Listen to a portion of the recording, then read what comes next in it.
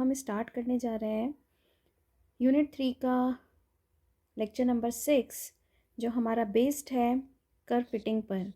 ये curve fitting हमारा most important topic है यूनिट 3 का, और हर बार AKTU में इससे क्वेश्चन आता ही है, जिस क्वेश्चन का वेटेज ऑलवेज 10 मार्क्स रहता है। तो इस टॉपिक को आप यूनिट 3 से नहीं छोड़ेंगे और इसको कंप्लीट करेंगे, क्योंकि यहाँ से 10 मार्क्स आपके फिक्स हैं। तो देखिए कर्व फिटिंग में हम किस तरह से काम करते हैं। यहाँ जो इस लेक्चर में मैं लेने जा रही हूँ वो मैं स्ट्रेट लाइन लेने जा रही हूँ कि हम स्ट्रेट लाइन को कैसे फिट करते हैं। लेकिन इस पर जाने से पहले हम ये सीखेंगे कि कर्व फिटिंग एक्चुअली क्या है। और यहाँ जो आपके सिलेबस का पार्ट है वो है कि curve fitting by method of least square. तो देखिए यहाँ पर हमने क्या लिया, हमने कुछ ऑब्जर्वेशंस लिए। कुछ ऑब्जर्वेशन जो किस पर हैं, एक्स और वाई के ऑब्जर्वेशंस हैं कि अगर x1 हमारे पास कोई x1 है तो उसके कॉरस्पॉन्डिंग y1 क्या होगा, x2 है देन y2 क्या होगा। तो कुछ ऐसे ऑब्जर्वेशंस हैं हमारे पास, जो टोटल नंबर ऑफ़ ऑब्जर्वेशंस जो हमने लिए हैं, टोटल n ऑब्जर्वेशंस लिए हैं।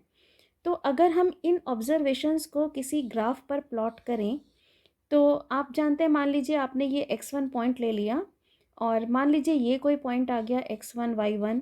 तो इस तरह के जितने भी ऑब्जर्वेशंस हैं आप उनको अगर ग्राफ पर प्लॉट करते जाएं तो जो भी वैल्यू होगी तो आप देखेंगे कुछ आपको ग्राफ मिलता चला जाएगा, कुछ पॉइंट्स मिलते चले जाएंगे। ये आपके पास कहलाता है स्कैटर डायग्राम या डॉट डायग्राम। तो जब हम इन पॉइंट्स को, ऑब्जर्वेशंस को किसी ग्राफ पर प्लॉट करते हैं तो उसकी हेल्प से बस हम एक अप्रॉक्सीमेट रिलेशनशिप देख पाते हैं कि एक्स और वाई में हमारे पास एक रिलेशनशिप क्या है। वो हमें सिर्फ एक अप्रॉक्सीमेट आइडिया देता है, एग्जैक्ट हमें रिलेशनशिप नहीं बताता। लेकिन अगर हम कर्व फिटिंग की बात करें तो कर्व फिटिंग की हेल्प से हम एक मैथमेटिकल रिलेशनशिप फाइंड आउट कर पाते हैं कि एक्चुअल एक्स वाई के अंदर एक मैथमेटिकल रिलेशनशिप क्या है, कि अगर एक्स वेरी कर रहा है तो उसके कॉरस्पॉन्डिंग वाई कितना वेरी करता है। तो इस कर्व फिटिंग की हेल्प से हम मैथमेटिकल रिलेशनशिप फाइंड आउट करते हैं। अब हम यहाँ किस तरह से काम करेंगे वो मैं आपको सिखा रही हूँ। और ये जो हमारा कर्व फिटिंग है, ये आगे जो इसके एप्लीकेशंस हैं, हम कोरिलेशन, रिग्रेशन, इन सब में यूज़ करेंगे, और ये आपके सिलेबस का भी पार्ट है। तो अगर आपने कर्व फिटिंग सीख लिया तो सोच लीजिए रिग्रेशन का आप कुछ पार्ट कर चुके हैं ऑलरेडी। कर्व फिटिंग की हेल्प से रिग्रेशन लाइन्स भी फाइंड आउट की जा सकती हैं। तो देखिए सबसे पहले हम यहाँ लेने जा रहे हैं मेथड ऑफ लीस्ट स्क्वायर, जो आपके सिलेबस का पार्ट है। और फर्स्ट कर्व जो मैं लेने जा रही हूँ वो है स्ट्रेट लाइन। तो यहाँ पर स्ट्रेट लाइन का जो आप इक्वेशन लेके चल रहे हैं वो general equation y equals to a plus b x. एक चीज़ और इस कर्व फिटिंग में याद रखिए कि कर्व फिटिंग से हम जो मैथमेटिकल रिलेशनशिप निकालने जा रहे हैं, इसमें हमें रिलेशनशिप पहले से पता है कि हमें गिवन डेटा पर स्ट्रेट लाइन फिट करनी है। हम इस मेथड की हेल्प से ए और बी फाइंड आउट कर पाएंगे। ए और बी जो आपके कांस्टेंट टर्म है, इस मेथड से आप फाइंड आउट करते हैं, जो हमें एग्जैक्ट आंसर्स देते हैं। अब देखिए आप इसमें काम कैसे करेंगे, मेथड ऑफ लीस्ट स्क्वायर क्या है। तो हमने यहाँ पर लेट किया हुआ है कि हमारे पास कुछ ऑब्जर्वेशन है x1 y1, x2 y2 and up to so on xn yn। Total n observations आपके पास है। ये टोटल आपके पास है n ऑब्जर्वेशंस। n ऑब्जर्वेशंस में अब आप इस ऑब्जर्वेशन पर स्ट्रेट लाइन फिट कर रहे हैं। इसका मीनिंग यहाँ पर आप क्या ले रहे हैं कि अगर आपने x1 वैल्यू दे दी तो y की एक्सपेक्टेड वैल्यू क्या होगी, जिसे आपने डिनोट किया y1 dash. This is expected value, कि अगर हम x1 इस स्ट्रेट लाइन में पुट कर दें तो y हमें क्या मिलेगा, दिस इज़ एक्सपेक्टेड। तो ये वैल्यू आ गई a प्लस बी x1, ये एक्सपेक्टेड वैल्यू है। बट ऑब्जर्व्ड वैल्यू क्या है आपके पास, y1। इसी तरीके से अगर आप x2 दे दें इस स्ट्रेट लाइन में वैल्यू, तो आपको y2 की एक एक्सपेक्टेड वैल्यू मिल जाएगी, जिसे हमने y2 डैश से डिनोट किया, a प्लस बी x2। इसी तरीके से अगर हम थर्ड ऑब्जर्वेशन से x3 इसमें वैल्यू प्रोवाइड कर दें तो y3 डैश एक्सपेक्टेड वैल्यू आ गई a plus b x3 up to so on, ये हमें मिलती जाएंगी। तो दीज आर एक्सपेक्टेड वैल्यू। किसकी हैं ये एक्सपेक्टेड वैल्यूज़, y की हैं। किसके कॉरस्पॉन्डिंग है ये, x1, x2, x3 के कॉरस्पॉन्डिंग है। So corresponding to x1, x2 up to xn। तो आप देखेंगे कि आपके पास जो ऑब्जर्व्ड वैल्यू है ये आपके पास एक ऑब्जर्व्ड वैल्यू होगी और एक आपके पास एक्सपेक्टेड वैल्यू होगी, तो दोनों में कुछ ना कुछ डिफरेंस होगा। इस डिफरेंस को हम डिनोट करते हैं या तो एरर कह लीजिए, या फिर हम इसे एक नाम और देते हैं, रेजिडुअल। तो दोनों का मीनिंग सेम है, दोनों में कुछ ना कुछ डिफरेंस है।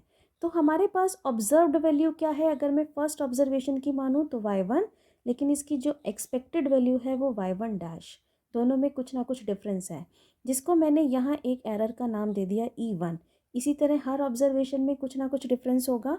तो आप यहाँ पर एक नई टर्म बनाते हैं, दिस इज़ ei, एक जनरल टर्म लिख लेते हैं, this is yi minus yi dash. This is called error और रेजिडुअल। अब आप एक इसकी हेल्प से एक नई क्वांटिटी बना रहे हैं u। मेथड का नाम ही है लीस्ट स्क्वायर मेथड।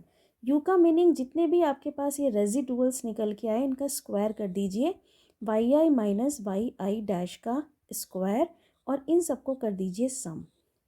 अब आपका प्रोसीजर क्या है कि ये जो एरर है या जो रेजिडुअल्स हैं ये मिनिमम होना चाहिए, जितना मिनिमम होगा उतना एग्जैक्ट आंसर होगा। तो हमें क्या करना है, हमें इसे मिनिमाइज़ करना है। तो इसका मीनिंग यहाँ पर अगर मैं इसकी वैल्यू पुट कर दूँ तो yi तो हमें पता है, एक्सपेक्टेड ये हमारे पास ऑब्जर्व्ड वैल्यू है, और एक्सपेक्टेड वैल्यू हमने स्ट्रेट लाइन से निकाली, meaning a minus b x i का होल स्क्वायर। ये मेरे पास u की वैल्यू आ गई। अब मुझे u को क्या करना है, u को मिनिमाइज़ करना है। आपका एम क्या है, u को मिनिमाइज़ करना।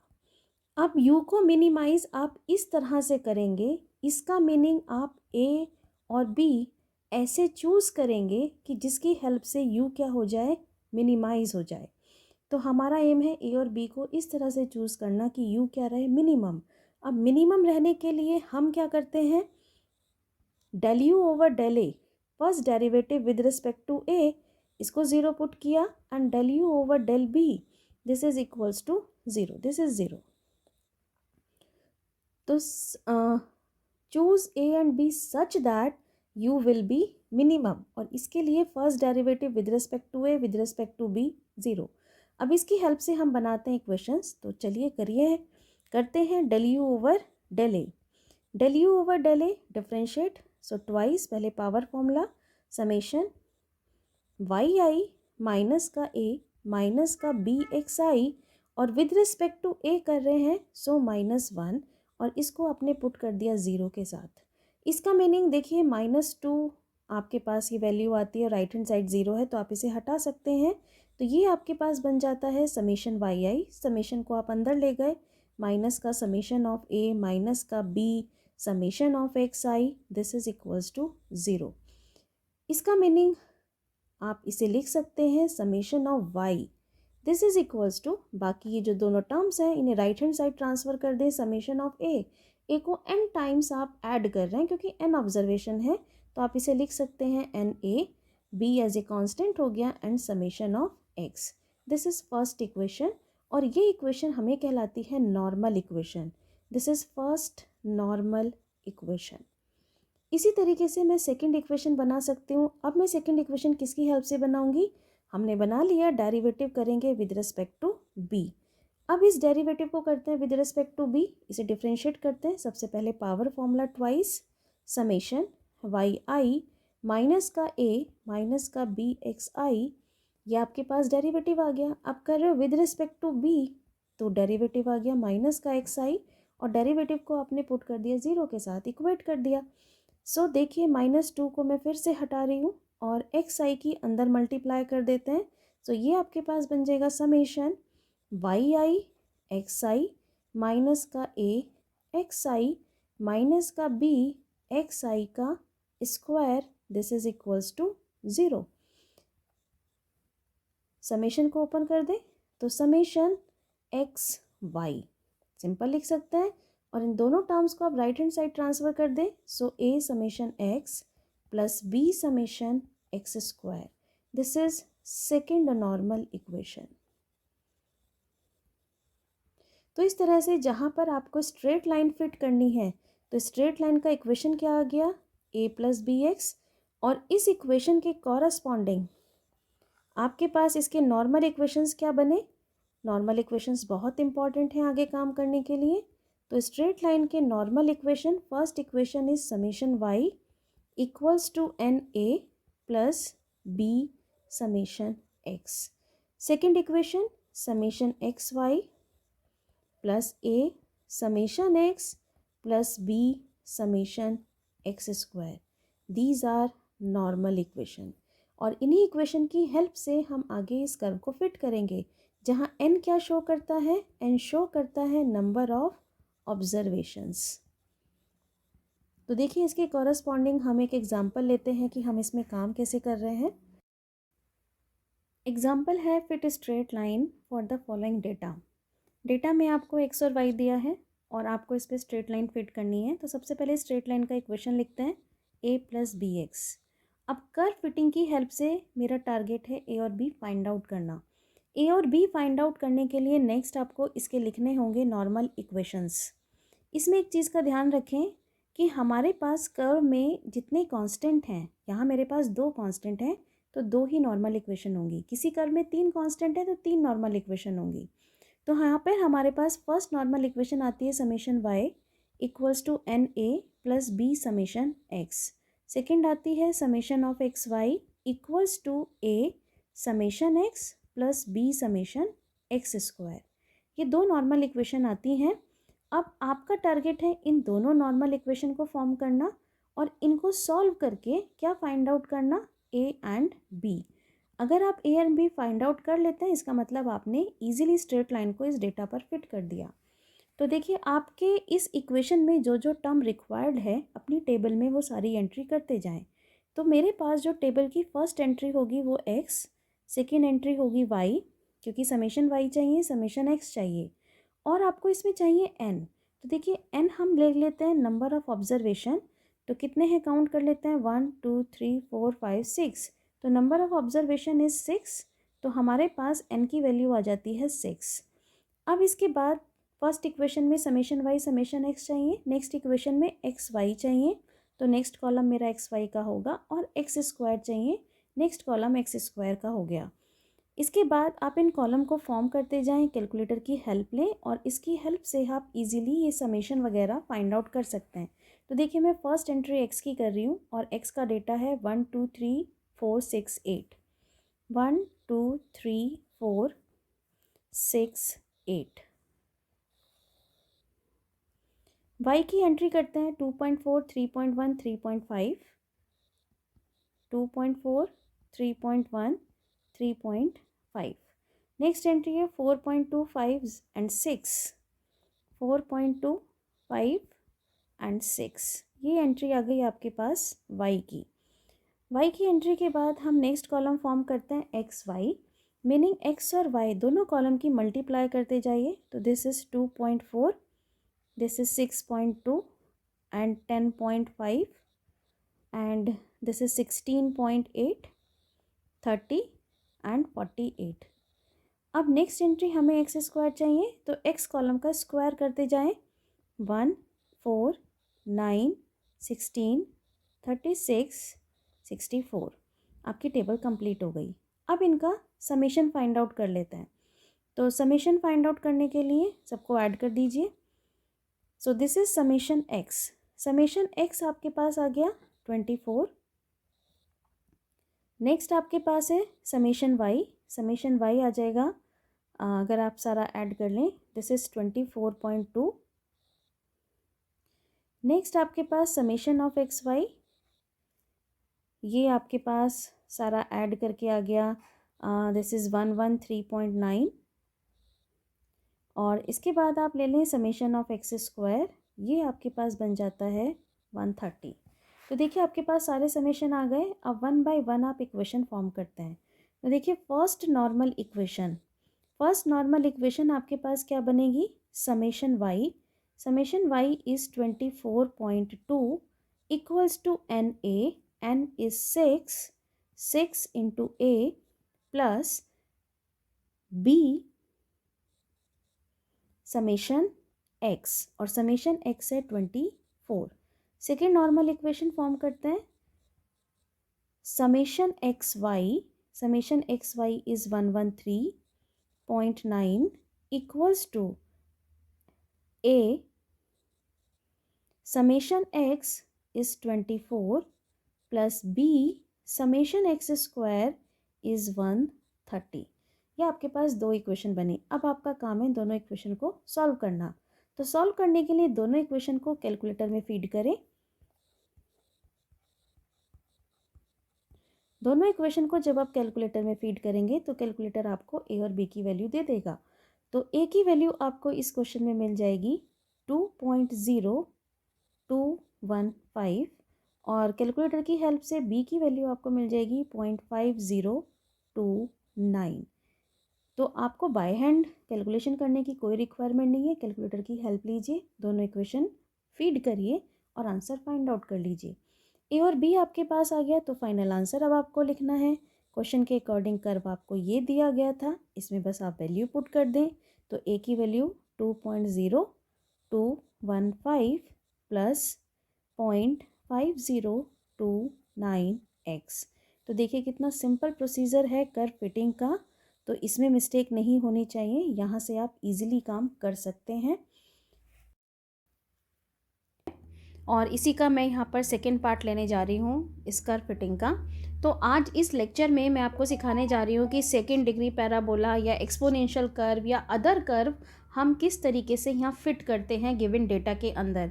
तो आप ये ध्यान रखें कि ये जो आपका कर्व फिटिंग का टॉपिक है ये मोस्ट इम्पॉर्टेंट टॉपिक है और हर बार AKTU में 10 मार्क्स का क्वेश्चन कर्व फिटिंग से आता ही है। तो ये टॉपिक आपको बहुत अच्छे से प्रिपेयर करना है यूनिट 3 के अंदर कर्व फिटिंग। अब कर्व फिटिंग में कोई भी कर्व हो सकता है, straight line, parabola, exponential curve, any curve. बस आपको उस कर्व के कॉरस्पॉन्डिंग नॉर्मल इक्वेशंस लिखने आने चाहिए, देन आप अपना काम ईजिली कर सकते हैं। अब देखिए यहाँ जो मैं सबसे पहले कर्व लेने जा रही हूँ, this is second degree parabola या सेकेंड डिग्री पॉलिनोमियल। तो ये जो आप पॉलिनोमियल लेते हैं ये आप लेंगे y equals to a plus b x plus c x square. ये पॉलिनोमियल आप कंसिडर कर रहे हैं। तो सबसे पहले इसकी नॉर्मल इक्वेशन क्या आती हैं, क्योंकि जब तक नॉर्मल इक्वेशन नहीं होंगी हम कर्व फिटिंग नहीं कर पाते हैं। और नॉर्मल इक्वेशन की हेल्प से हम ये कांस्टेंट फाइंड आउट करते हैं a b c क्या होंगे।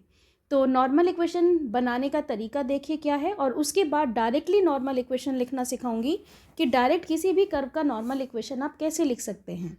तो यहाँ क्योंकि क्वेश्चन में एक बार आया भी है AKTU में कि सेकेंड डिग्री पैराबोला के लिए नॉर्मल इक्वेशन ड्राइव करिए, तो नॉर्मल इक्वेशन मैं यहाँ ड्राइव करके दिखा रही हूँ, उसके बाद इन्हें डायरेक्ट लिखने का तरीका समझाऊंगी।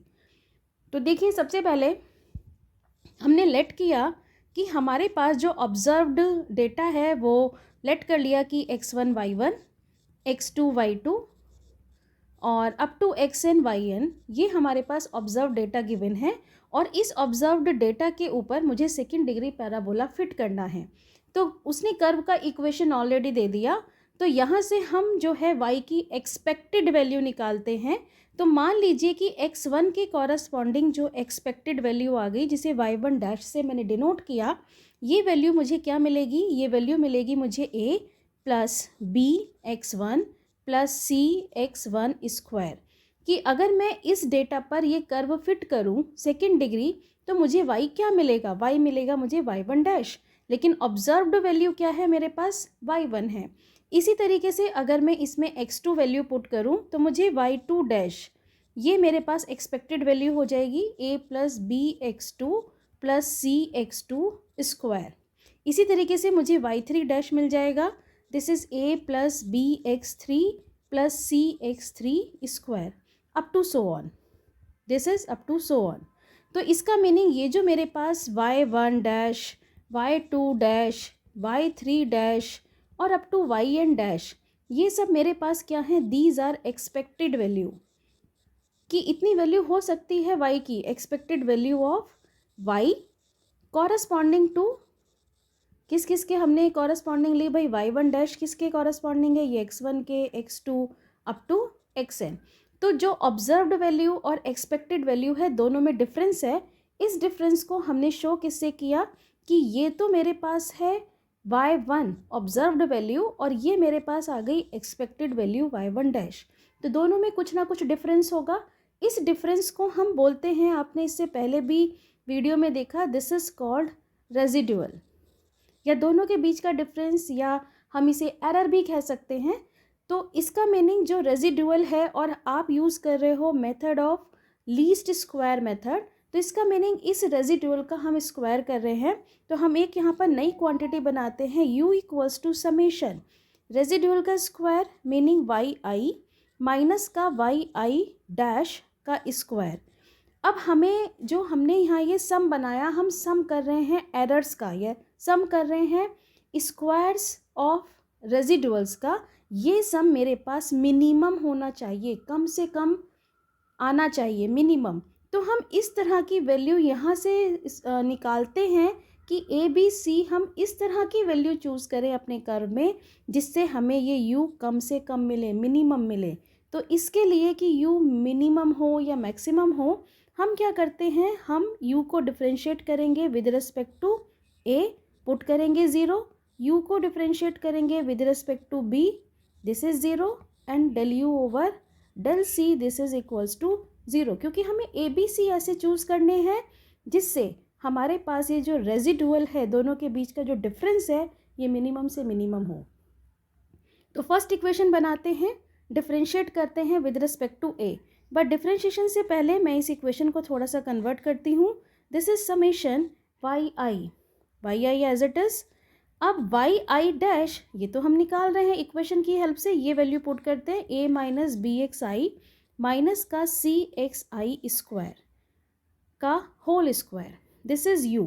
अब डिफ्रेंशिएट कर लो del u over del a, this is equals to, सबसे पहले पावर फॉर्मूला आ गया twice summation y i minus का a माइनस का बी एक्स आई माइनस का सी x i square, and with respect to a कर रहे हैं तो देखिए a के कॉरस्पॉन्डिंग डेरिवेटिव -1 और इसे पुट करेंगे 0 को। अब इसके बाद आप इसे डिफ्रेंशिएट कर रहे हैं विद रिस्पेक्ट टू b, पहले पावर के corresponding twice summation y i minus का a माइनस का बी एक्स आई माइनस का सी एक्स आई स्क्वायर, पावर के कॉरस्पॉन्डिंग। अब विद रिस्पेक्ट टू b कर रहे हैं तो with respect to b derivative आ गया माइनस का एक्स आई और इस डेरिवेटिव को आपने पुट कर दिया 0। थर्ड आप निकाल रहे हैं del u over del c, this is equals to 0। इसका मीनिंग क्या इक्वेशन बनेगी, twice summation y i minus का a माइनस का बी एक्स आई माइनस का सी x i square, with respect to c किया तो ये आ गया माइनस का एक्स आई स्क्वायर और इसको आपने डेरिवेटिव को पुट कर दिया, दिस इज इक्वल्स टू 0। अब देखिए फर्स्ट इक्वेशन से बहुत सिंपल हो गया कि देखिए फर्स्ट इक्वेशन से क्या मिलता है। फर्स्ट इक्वेशन से आपको मिल जाएगा, ये आपके पास बना माइनस का 2, राइट हैंड साइड 0 है, आप इसे हटा सकते हैं। तो एक इक्वेशन बन गई समेशन, मैं पूरे समेशन को अगर अंदर ले गई तो समेशन वाई आई माइनस का समेशन ऑफ a माइनस का b summation of x i minus का c summation of x i square, ये लिख सकते हैं, दिस इज इक्वल्स टू 0। तो देखिए नेक्स्ट इक्वेशन, इस इक्वेशन को मैं लिख रही हूँ तो इस इक्वेशन को आप लिख सकते हैं, राइट हैंड साइड 0 है तो this equation converted into, so summation of y i this is equals to, ये राइट हैंड साइड गया summation of a plus b summation of x i plus का c summation of x i square, क्या लिख सकते हैं, this is summation of y। Simple, a को n times add कर रहे हो, दिस इज n a, क्योंकि टोटल नंबर ऑफ ऑब्जर्वेशन हमने कितने लिए हैं, हमने लिए हैं n, this is first second third fourth up to n, plus b summation of x plus c summation of x square, this is first normal equation. अब second normal equation लेना है तो सेकेंड इक्वेशन ले लेते हैं। तो second equation में देखिए, अब आप इसमें एक्स आई से अंदर मल्टीप्लाई कर दीजिए और राइट हैंड साइड 0 है तो आप -2 को हटा सकते हैं। तो ये आपके पास वैल्यू आ गई summation of y i x i minus summation a x i minus का b summation x i multiply के हो गया x i square and minus का c समेशन एक्स आई का cube, this is equals to 0। यहाँ से अब आप ये सारी टर्म को राइट हैंड साइड ट्रांसफ़र कर दो तो ये क्या बन गया, summation of y x this is equals to, right hand side गया ए तो बाहर आ गया कांस्टेंट की तरह से, summation of x plus b बाहर है, summation of x square plus का c summation of x cube. ये आपके पास आ गई सेकेंड नॉर्मल इक्वेशन। थर्ड और नॉर्मल इक्वेशन है तो थर्ड इक्वेशन ले लेते हैं। अब थर्ड इक्वेशन में फिर से मैं -2 को हटा देती हूँ और एक्स आई से मल्टीप्लाई कर देते हैं। तो क्या बनेगा, summation y i x i square minus का ए summation x i square minus का b summation x i square और एक्स आई मल्टीप्लाई होके हो गया x I cube and minus का सी समेशन एक्स आई स्क्वायर और एक्स आई स्क्वायर मल्टीप्लाई होके हो गया एक्स आई की पावर 4 इक्वल्स टू 0।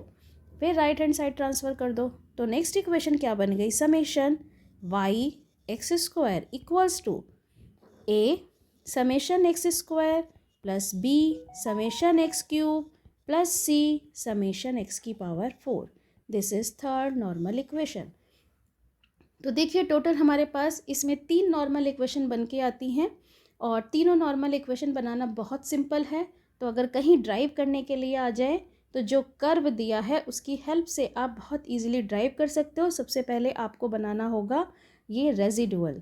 इस रेजिडुअल का स्क्वायर करो और ऐड कर दो और इसके बाद इसमें जितने कांस्टेंट हैं इक्वेशन के अंदर उन सब के रेस्पेक्ट में इक्वेशन को डिफरेंशिएट करते जाओ और इक्वेट कर दो 0 के साथ। आपके पास अपने आप इसके इक्वेशंस बनकर आ जाएंगे। अब इसी के बेस पर हम एक एग्जांपल ले रहे हैं। Using method of least square fit second degree parabola y equals to a plus b x plus c x square for the following data x and y। यहाँ पर आपको x एंड y की value दी है और साथ में उसने कह दिया कि इस डेटा पर इस पैराबोला को ही फिट करना है।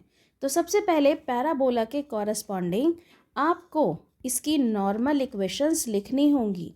तो सबसे पहला काम आप हर क्वेश्चन में नॉर्मल इक्वेशन को लिखने का करेंगे। अब मैं डायरेक्टली, मैंने ऊपर तो ड्राइव करके दिखाया लेकिन मैं डायरेक्टली नॉर्मल इक्वेशन लिखने का एक तरीका बता देती हूँ कि नॉर्मल इक्वेशन आप किसी भी कर्व का कैसे लिख सकते हैं। सबसे पहले ए बी सी 3 कांस्टेंट है, 3 नॉर्मल इक्वेशन आएंगी। सबसे पहली फर्स्ट इक्वेशन क्या होगी, ए के कॉरस्पॉन्डिंग लिख रही हूँ तो ए का जो कोफिशिएंट है वो है 1। तो ये मान लेना इस पूरे इक्वेशन में 1 से मल्टीप्लाई कर रहे हैं तो 1 से मल्टीप्लाई करने के बाद इक्वेशन तो सेम ही रहेगी। इसको मैंने एज इट इज़ लिख दिया इस तरह से। देखिए थोड़ा थोड़ा गैप करके लिखती जा रही हूँ। सब पर समेशन अप्लाई कर दिया। एन पर समेशन लगाओगे तो एन ए बन जाएगा, बी समेशन एक्स, सी समेशन एक्स स्क्वायर। ये बन गई फर्स्ट नॉर्मल इक्वेशन। अब जो सेकेंड नॉर्मल इक्वेशन है वो मैं किसके कॉरस्पॉन्डिंग लिख रही हूँ, बी के कॉरस्पॉन्डिंग। अब यहाँ जो बी का कोफिशिएंट है वो मेरे पास है एक्स। इसका मीनिंग पूरे इक्वेशन में एक्स से मल्टीप्लाई करो और लिख लो। सबसे पहले एक्स से मल्टीप्लाई कर दी, x y equals to a x plus b, x से मल्टीप्लाई कर रहे हैं x square plus c, x से मल्टीप्लाई कर दिया एक्स क्यूब। सभी में समेशन अप्लाई कर दो, a summation x, b summation x square, c summation x cube. Third equation किसके कॉरस्पॉन्डिंग लिखने जा रही हूँ, सी के कॉरस्पॉन्डिंग। और जो इसका कोफिशिएंट है वो है एक्स स्क्वायर। तो एक्स स्क्वायर से पूरे इक्वेशन में मल्टीप्लाई कर दो तो क्या लिखोगे, x square y equals to a x square plus b, x square से मल्टीप्लाई एक्स क्यूब प्लस का सी, एक्स स्क्वायर से मल्टीप्लाई एक्स की पावर 4। फिर से समेशन अप्लाई कर दो, ये समेशन अप्लाई कर दिया और ये बन गई थर्ड नॉर्मल इक्वेशन। तो आप इस तरह से किसी भी कर्व की नॉर्मल इक्वेशन ईजिली लिख सकते हो अगर आपको ये तरीका क्लियर आ गया। अब इस इक्वेशंस को लिखने के लिए अब अपने क्वेश्चन में देखो क्या क्या रिक्वायर्ड हैं। जो भी टर्म चाहिए उसके कॉरस्पॉन्डिंग टेबल में कॉलम्स को ऐड करते जाएंगे। तो नेक्स्ट स्टेप में हम फॉर्म करने जा रहे हैं एक टेबल और टेबल की हेल्प से काम करेंगे। तो जितने भी क्वेश्चन हैं बिना कैलकुलेटर के नहीं होंगे, तो कैलकुलेटर ऑपरेट करना आना बहुत ज़रूरी है।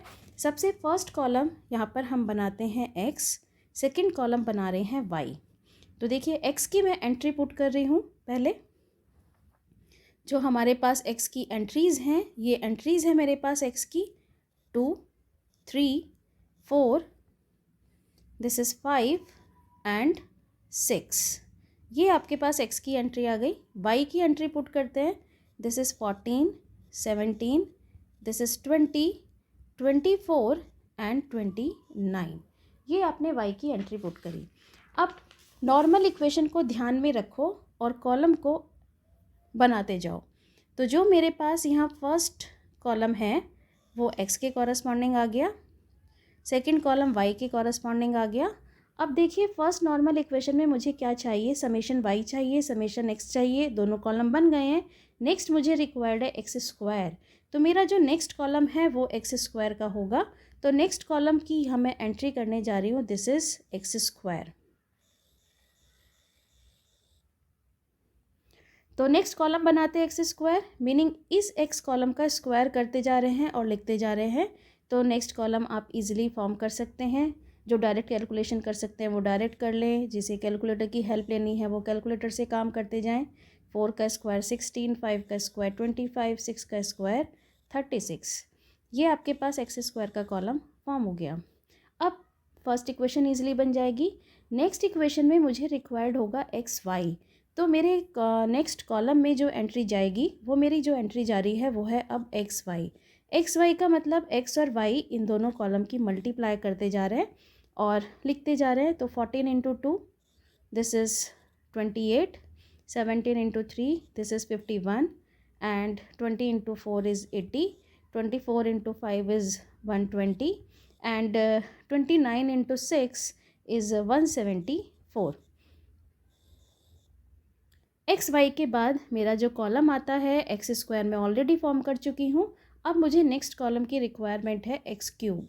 अब एक्स क्यूब के लिए आप एक्स कॉलम का क्यूब करते जाएं और एक्स आपके पास 2 है तो 2 का क्यूब लिखते जाएं और एंट्री करते जाएं। This is 8, this is 27, this is 64, 125 and 216। ये मेरा कॉलम क्रिएट हो गया। इस कॉलम के बाद अब मैं थर्ड इक्वेशन पर आती हूँ। तो मुझे थर्ड इक्वेशन में एक्स स्क्वायर वाई चाहिए, तो मैं अपने टेबल में नेक्स्ट एंट्री ऐड कर रही हूँ x square y. X square y का मतलब अब एक्स स्क्वायर ये कॉलम और वाई कॉलम इन दोनों का मल्टीप्लाई करके लिख रहे हैं एक्स स्क्वायर वाई। तो 14 into 4 this is 56, 153 and 320 and 600 and 1044 x square y. X square y के बाद अब मुझे अपनी इस इक्वेशन में अभी एक एंट्री और चाहिए एक्स की पावर 4। तो मैंने यहाँ पर एक एंट्री और ऐड कर दी एक्स की पावर 4। अब एक्स की पावर 4 एक्स के कॉलम की पावर 4 करके लिखते जाइए। This is 16, 81 and 256, 625 and 1296। ये आपके पास पूरी टेबल बन गई। अब इस टेबल में सम निकाल लो, क्योंकि आपको इक्वेशन बनाने के लिए सम रिक्वायरमेंट है, समेशन चाहिए। तो ये हम वैल्यू निकाल लेते हैं। सो समेशन एक्स की वैल्यू मेरे पास आ जाती है 20। समेशन वाई, ये आप इसका सम निकाल लें तो ये आपको मिल जाएगा 104। समेशन ऑफ एक्स स्क्वायर, ये वैल्यू आपके पास आ जाएगी 90 and summation of x y, ये वैल्यू आपको मिल जाएगी 453 and summation of x cube, अगर आप इसका सम निकाल लें तो ये वैल्यू आ रही है 440 and summation of x square y, ये आपको वैल्यू मिल जाएगी 2173 एंड समेशन ऑफ एक्स की पावर 4 दिस इज़ 2274। ये वैल्यू आ गई। अब बनाते हैं नॉर्मल इक्वेशन। तो नॉर्मल इक्वेशन के लिए फर्स्ट इक्वेशन में जस्ट हमें वैल्यू पुट करनी है। यस, एक चीज़ और, इस फर्स्ट इक्वेशन में मुझे रिक्वायर्ड है n। तो इस क्वेश्चन में n की वैल्यू कितनी है, total number of observation count कर लो, 1 2 3 4 5। तो n की वैल्यू है आपके पास इस क्वेश्चन में 5। तो यहाँ पर आप n की वैल्यू 5 पुट कर रहे हैं। तो देखिए फर्स्ट इक्वेशन में है समेशन y, तो समेशन y फर्स्ट इक्वेशन लिखते हैं normal equation, summation y equals to na plus b and this is summation x plus c summation x square. Value put कर लेते हैं। Summation y is 104, first equation ये आ गई। This is na, n is 5a plus का b summation x is 20, this is c summation x square is 90। First equation ये form हो गया। सेकेंड इक्वेशन आपके पास थी summation x y, this is a summation x plus b summation x square and c summation x cube. First equation के बाद second equation में मुझे समेशन एक्स वाई चाहिए। ये मेरे पास एंट्री है 453 equals to a summation x है मेरे पास 20 प्लस का b समेशन एक्स स्क्वायर है मेरे पास 90 and c summation of x cube, ये मेरे पास है 440। This is second equation. Third इसकी नॉर्मल इक्वेशन थी, जब मैंने एक्स स्क्वायर से मल्टीप्लाई करते हुए बनाया था, तो x square y a summation x square plus b summation x cube and c summation x की पावर 4। टेबल से इसकी एंट्री पुट करते हैं। एक्स स्क्वायर वाई है 2173, तो थर्ड इक्वेशन में 2173 ए इंटू 90 प्लस बी 440 प्लस का सी, ये आपके पास 2274। This is equation number 3। अब आपके पास ये तीन इक्वेशन है, तीनों को सिंप्लीफाई करना है और किसकी वैल्यू निकालनी है, ए की, बी की और सी की। तो तीन इक्वेशन को सिंप्लीफाई कर लीजिए बाय यूजिंग कैलकुलेटर।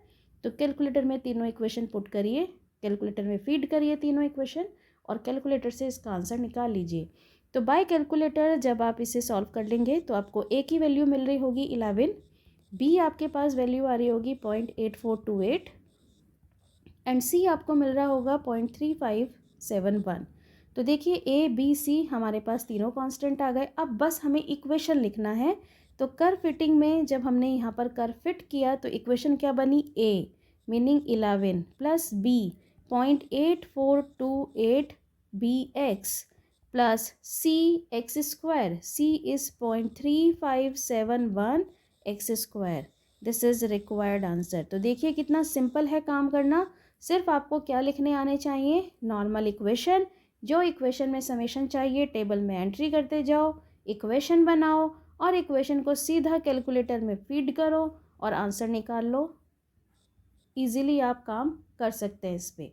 तो यहाँ पर हम नेक्स्ट एग्जाम्पल और लेते हैं। ये हमारा नेक्स्ट एग्जाम्पल है, fit exponential curve y equals to a e raise to the power b x. ये हमें कर्व फिट करना है फॉर द फॉलोइंग डेटा। तो ये कर्व फिट करना भी उसी तरीके से सिंपल है जैसे अभी सेकेंड डिग्री पैराबोला किया है, लेकिन ये एक्सपोनेंशियल में है तो इम्पॉर्टेंट इसके लिए है कि हम इसकी नॉर्मल इक्वेशन कैसे लिखें। तो सबसे पहले मैं आपको इसकी नॉर्मल इक्वेशन लिखना सिखा रही हूँ। नॉर्मल इक्वेशन लिखने के बाद ये क्वेश्चन उतना ही सिंपल है जैसे अभी प्रीवियस किए हैं, स्ट्रेट लाइन फिट किया, सेकेंड डिग्री पैराबोला किया है, तो उसी तरीके से आप कर सकते हैं। तो देखिए नॉर्मल इक्वेशन के लिए आपके पास जो कर्व है ये है a e raise to the power b x. सबसे पहला काम करो कि इसका लॉग ले लो, टेकिंग लॉग बोथ साइड। हमने लिया लॉग बोथ साइड। यहाँ पर जो हम लॉग ले रहे हैं वो बेस 10 पर ले रहे हैं, तो लॉग बेस 10 है मेरा y equals to log base 10 a plus log e raise to the power b x. तो अब आप इसे लिख सकते हो लॉग बेस 10 a प्लस ये पावर इधर आ गया b x log base 10 e, this is log base 10 y। ये हमने इतना काम कर लिया। अब इस इक्वेशन को स्ट्रेट लाइन जैसा बना लो। अब स्ट्रेट लाइन में क्या पढ़ा था, a प्लस बी एक्स पढ़ा था, तो उसी तरह से लेट करते जाओ और इस तरह से इक्वेशन बना लो। इस पूरे को जो यहाँ पर है, देखिए मैं यहाँ पर बताती हूँ, इस पूरे को आपने लेट कर लिया y। This is equals to, ये पूरा का पूरा कांस्टेंट है, इस पूरे को एक साथ लेट कर लिया आपने a प्लस। अब इसके बाद हम लेते हैं बी एक्स, बी क्या है, कांस्टेंट। अब जो इसकी ये जो कांस्टेंट टर्म है इस पूरे को लेट कर लो b, दिस इज b और ये स्मॉल आ गया x। तो ये जो पूरा इक्वेशन एक्सपोनेंशियल था वो एक स्ट्रेट लाइन जैसा बन गया जिसमें हमने कुछ टर्म्स लेट कर ली। अब जो हमने टर्म्स लेट करी हैं ये टर्म्स क्या है, इन्हें हम अलग से लिख लेते हैं कि हमने क्या लेट किया है और इसके अकॉर्डिंग हम आगे की वैल्यू पुट कर लेंगे।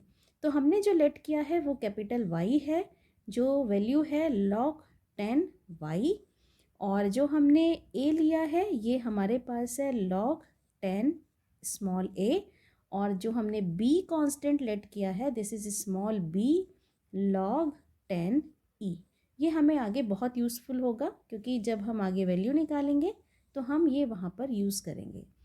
तो अब हम चलते हैं। अब हमारे पास जो इक्वेशन है वो स्ट्रेट लाइन है और स्ट्रेट लाइन का नॉर्मल इक्वेशन हमें बनाना आता है। तो इस स्ट्रेट लाइन का नॉर्मल इक्वेशन लिख लेते हैं कि इसके नॉर्मल इक्वेशंस क्या होंगे। तो नॉर्मल इक्वेशन के लिए देखिए दो कांस्टेंट है a और b, दो इक्वेशन आएंगे। तो a के साथ जो कोफिशिएंट लगा है 1, तो पूरे इक्वेशन में 1 से मल्टीप्लाई कर दें तो इक्वेशन आ जाएगी n a plus b summation x. Second equation बनानी है तो देखिए b के साथ कोफिशिएंट क्या लगा है x, तो पूरे इक्वेशन में x से मल्टीप्लाई कर दो, small x capital y equals to a small x plus b small x का स्क्वायर, सब पर समेशन अप्लाई कर दिया, ये आपके पास बन गई नॉर्मल इक्वेशन। तो this is normal equation 1 and this is normal equation 2। तो अब मेरे पास ये जो दोनों इक्वेशन हैं इसके अकॉर्डिंग मैं अपनी टेबल फॉर्म कर रही हूँ। तो टेबल में सबसे पहला जो हम कॉलम बनाने जा रहे हैं वो हमारे पास ओरिजिनल डेटा क्या है वो लिखने जा रही हूँ। तो फर्स्ट ओरिजिनल डेटा है मेरे पास x और y। तो x और y की वैल्यू पुट करते हैं। तो देखिए x की वैल्यू है 1 5 7 9 12, तो x की वैल्यू हमने यहाँ पर पुट कर ली। दिस इज़ 1 5 7 9 12 और क्वेश्चन के अकॉर्डिंग जो हमें y गिवन है वो हमें गिवन है 10 एंड 15 12 15 21, 10 15 12 15 21, ये हमें y गिवन है, ये हमने ओरिजिनल डेटा ले लिया। अब नॉर्मल इक्वेशन पर आते हैं, वो मैं आपको दिखाती हूँ कि अब मैं काम किस तरह से कर रही हूँ, आप भी उसको इसी तरह से काम करेंगे। तो देखिए आपके पास सबसे पहले चाहिए summation y, this is capital y। तो कैपिटल y क्या है, कैपिटल y को ध्यान से देखिए, उसके अकॉर्डिंग कॉलम बनाएंगे। कैपिटल y आपके पास है दिस, ये आपके पास कैपिटल y है, दिस इज़ कैपिटल y। तो कैपिटल y कैसे ले रहे हैं, log 10 स्मॉल y। तो कैपिटल y फॉर्म करते हैं, this is log base 10 small y। तो जो स्मॉल y का ये जो कॉलम है सबका log लेते जाओ और वैल्यू पुट करते जाओ।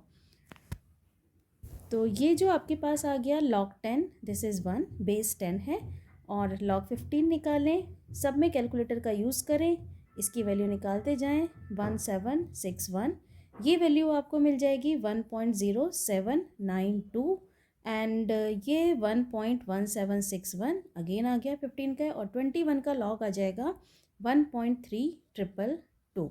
ये आपके पास बन गया कैपिटल y। अब कैपिटल y के साथ मुझे इसमें रिक्वायर्ड है स्मॉल x, वो तो ऑलरेडी है, उसे बनाने की ज़रूरत नहीं है।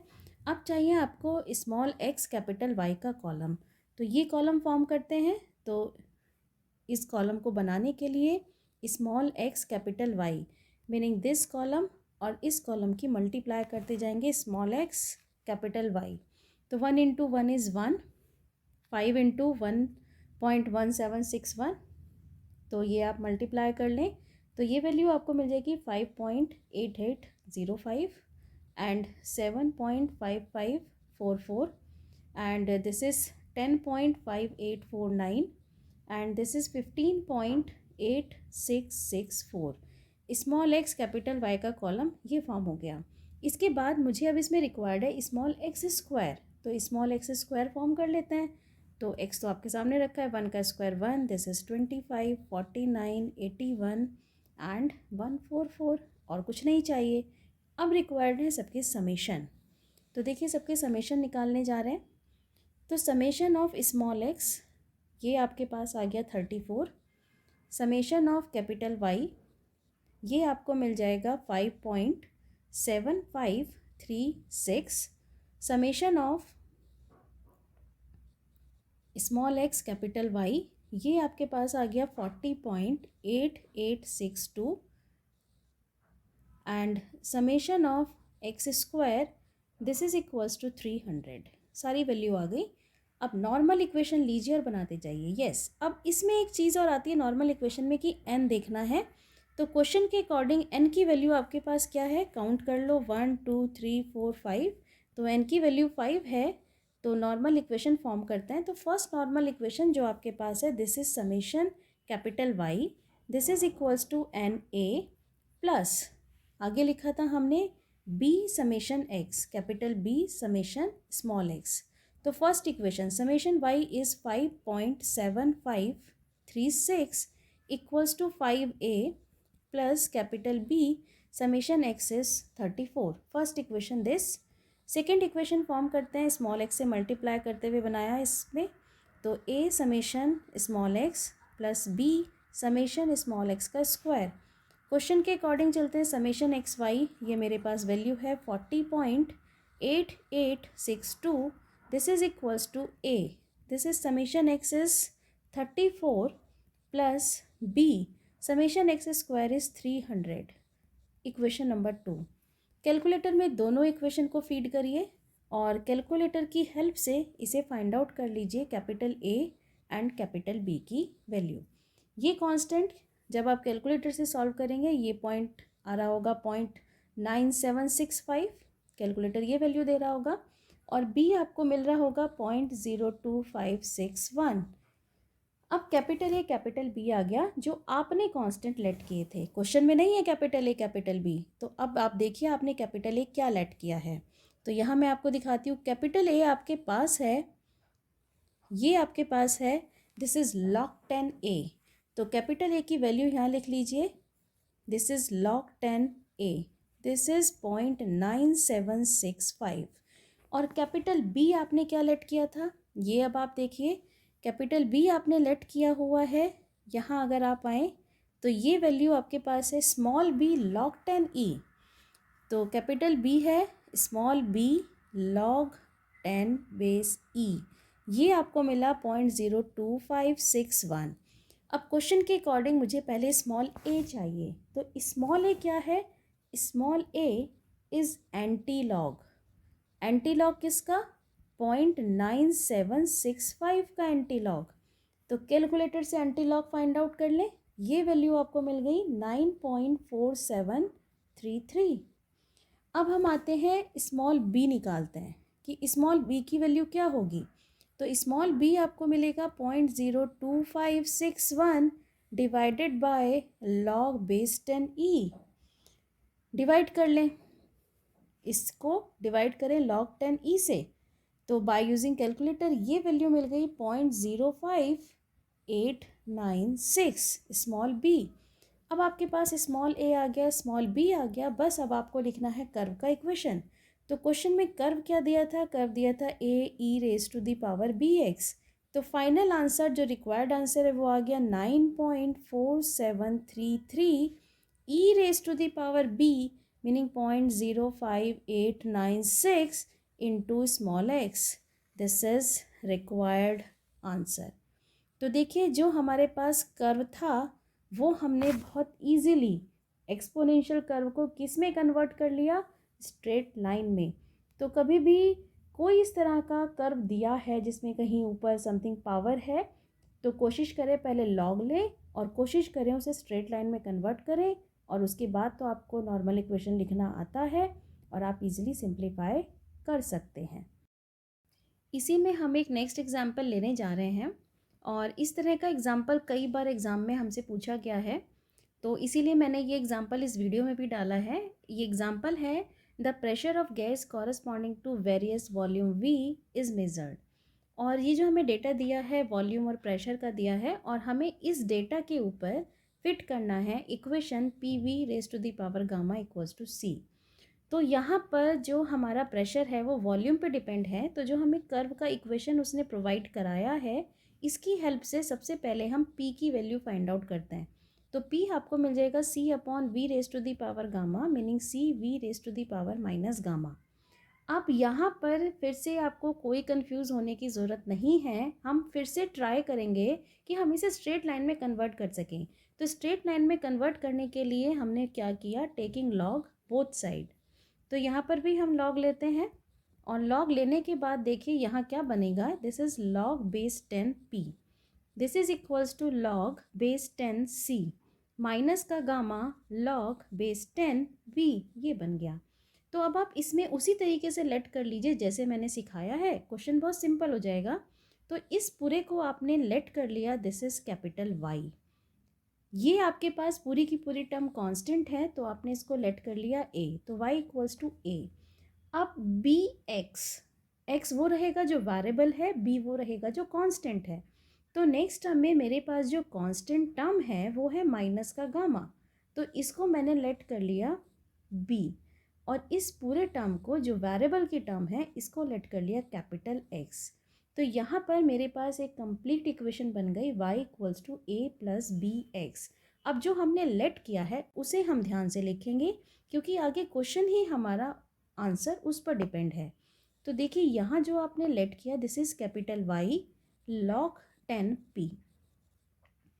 इसके बाद आप कैपिटल A जो लेट कर रहे हैं this is log 10c and capital B is minus का gamma and capital X is log 10v। ये आपको चाहिए। अब इस स्ट्रेट लाइन की मैं लिखने जा रही हूँ नॉर्मल इक्वेशन, जो चाहिए टेबल में एंट्री करते जाएंगे। तो first normal equation summation y equals to n a plus b summation b is capital summation x। अब b के कॉरस्पॉन्डिंग कैपिटल X से मल्टीप्लाई करते हुए तो summation x y equals to a summation x plus b summation x square. तो ये मेरे पास फर्स्ट इक्वेशन, दिस इज़ मेरे पास सेकंड इक्वेशन। अब मुझे जो इसमें चाहिए वो एंट्री हम यहाँ पर बनाते जाएंगे। तो देखिए मेरे पास इन दोनों इक्वेशन में जो कैपिटल X और कैपिटल Y है ये इम्पॉर्टेंट हैं और मुझे ये कैपिटल X और कैपिटल Y बनाने पड़ेंगे। तो सबसे पहले हम अपनी टेबल में दोनों ओरिजिनल एंट्री करते हैं V और P। तो इसके कॉरस्पॉन्डिंग देखिए मैंने टेबल बनाई है क्वेश्चन के अकॉर्डिंग। सबसे पहले जो क्वेश्चन में आपको V दिया गया है हमने V की वैल्यू ले ली। This is first column V, second column P। हमने क्वेश्चन के अकॉर्डिंग वैल्यू ले ली। अब सबसे पहले हम कैपिटल X बनाएंगे। तो कैपिटल X को ध्यान से देखिए, कैपिटल X आपके पास है log 10v, मीनिंग आपके पास जो v का कॉलम है उसका लॉग लेते जाएं बेस 10 पर।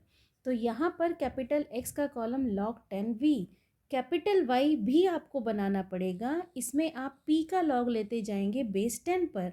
तो आपने कैपिटल Y बना लिया log 10p। सबसे पहले ये दो कॉलम इंपॉर्टेंट हैं, इनको फॉर्म करेंगे।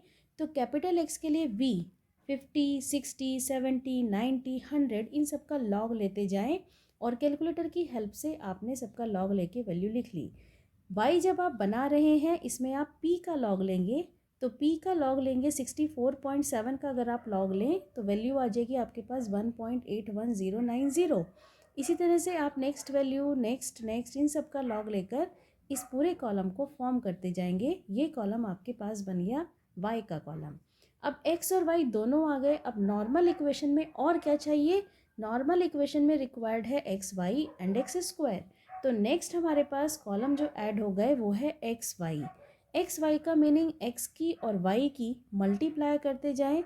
तो दिस इनटू दिस जब आप मल्टीप्लाई करेंगे तो ये वैल्यू आपके पास फॉर्म हो जाएगी। इसी तरीके से आपने इस पूरे कॉलम को फॉर्म कर लिया एक्स वाई। नेक्स्ट मुझे रिक्वायर्ड है एक्स स्क्वायर। एक्स स्क्वायर के लिए मुझे एक्स का जो आपने ये कॉलम फॉर्म किया है इसका होल स्क्वायर कैलकुलेटर से लिखते जाएं तो आपके पास ये एक्स स्क्वायर का कॉलम फॉर्म हो गया।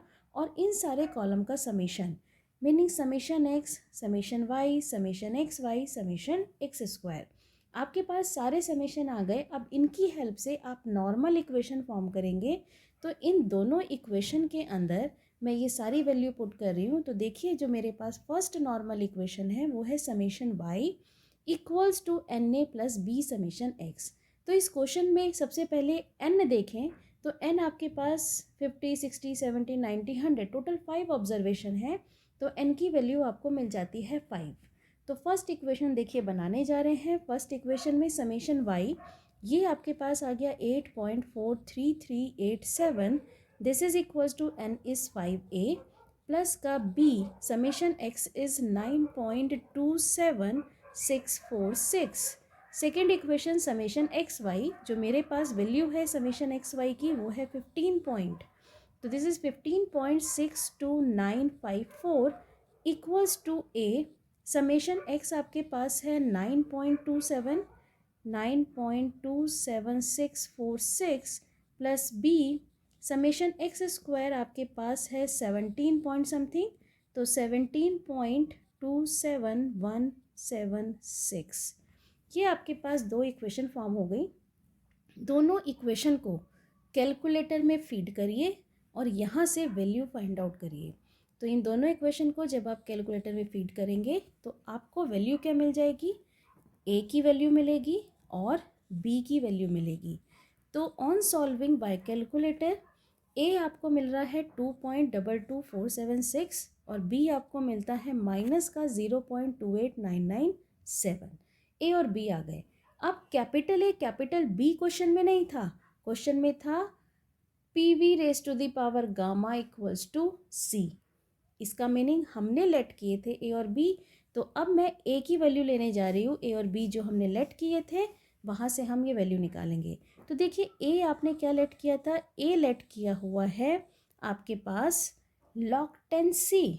तो ए की वैल्यू जो आपके पास है this is log 10 c equals to 2.22476। Capital c निकाल लीजिए, दिस इज एंटी लॉग 2.22476।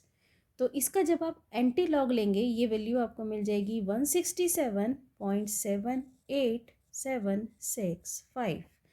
अब आपने निकाला हुआ है बी। बी आपने क्या लिया है, क्या लेट किया हुआ है, बी आपने लेट किया हुआ है माइनस गामा। तो माइनस गामा अगर आपने लेट किया है तो गामा की वैल्यू क्या मिल गई, गामा आ गया माइनस का बी। तो this is equals to minus, और बी की वैल्यू ऑलरेडी माइनस है 0.28997। तो ये वैल्यू आपके पास गामा की आ जाती है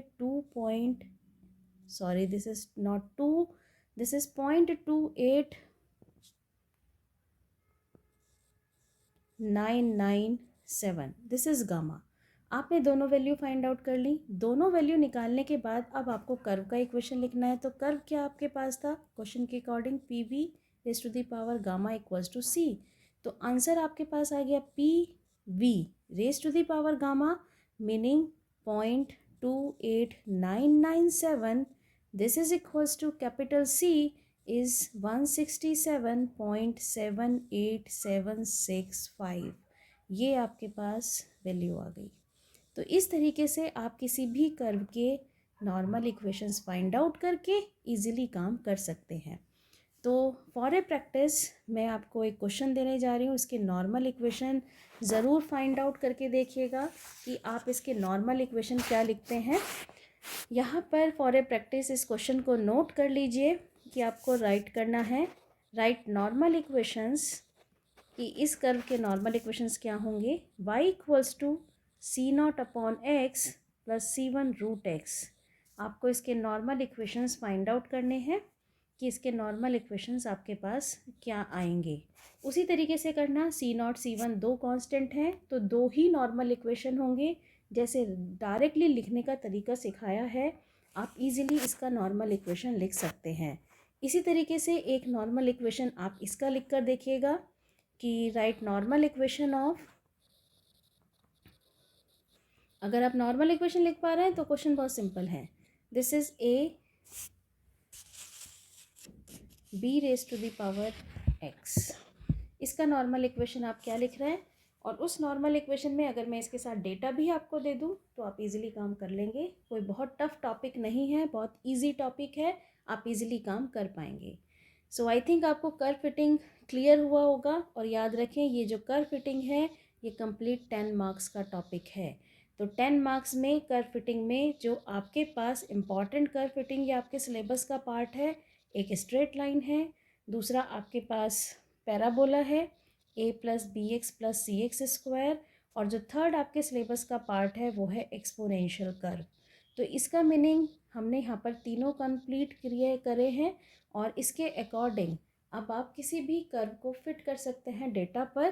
तो आई थिंक आपको ये टॉपिक क्लियर हो गया होगा। Thank you very